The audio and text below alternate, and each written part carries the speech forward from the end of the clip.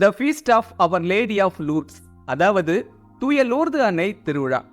France நாட்டோட Lourdes நகரம் சாதாரண மக்கள் வசிக்கக்கூடிய ஊர்.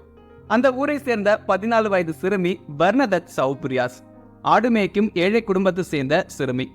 1858ஆம் ஆண்டு பிப்ரவரி 11ஆம் தேதி முதல் ஜூலை 16ஆம் தேதி வரைக்கும் அந்த சிறுமிக்கு பிரனிஸ் மலையில உள்ள மசபல் குகையில வச்சு அன்னை மரியாள் 18 தடவை காட்சி கொடுத்திருக்காங்க.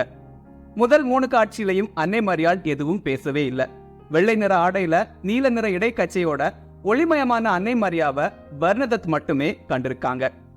9வது காட்சியில அன்னை மரியாள் மசபல் குகை பக்கத்துல கையால மண்ணை தோண்ட சொல்லியிருக்காங்க. பர்னதத்தும் தோண்டி இருக்காங்க. அந்த இடத்துல இருந்து ஒரு நீரூற்று வந்திருக்கு.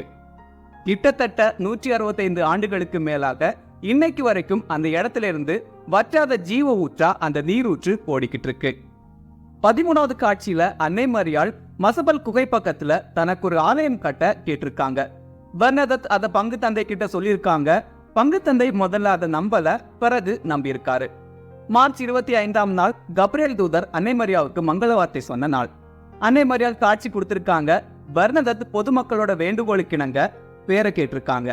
அதுக்கு அன்னை மரியாள் நாமே அமலோற்பவம்னு சொல்லியிருக்காங்க. அதுக்கு 4 வருஷத்துக்கு முன்னாடி தான் திருத்தந்தை 9ஆம் பத்திநாதர் அவர்கள் மரியாள் அமலோற்பவின்னு பிரகடனப்படுத்தியிருக்காரு. அதையே அன்னை மரியாள் சொன்னதால திருச்சபையோட விசுவாச சத்தியத்தை அன்னை மரியாள் உறுதிப்படுத்தியிருக்காங்க. அதுக்கு பிறகும் அன்னை மரியாள் பர்னதத்துக்கு காட்சி கொடுத்திருக்காங்க. குருக்களுக்காக ஜெபிக்கவும் பாவங்களுக்கு பொருத்தனை செய்யவும் சொல்லியிருக்காங்க.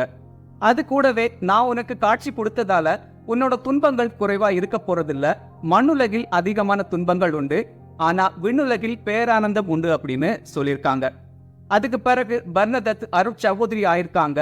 பல துன்பங்களை சந்திச்சு அன்னை மரியாவோட வார்த்தைக்கு சாட்சியா வாழ்ந்து இறந்து போயிருக்காங்க. பிப்ரவரி 11 the feast of our lady of Lourdes, அதாவது தூய லூர்து அன்னை திருவிழா.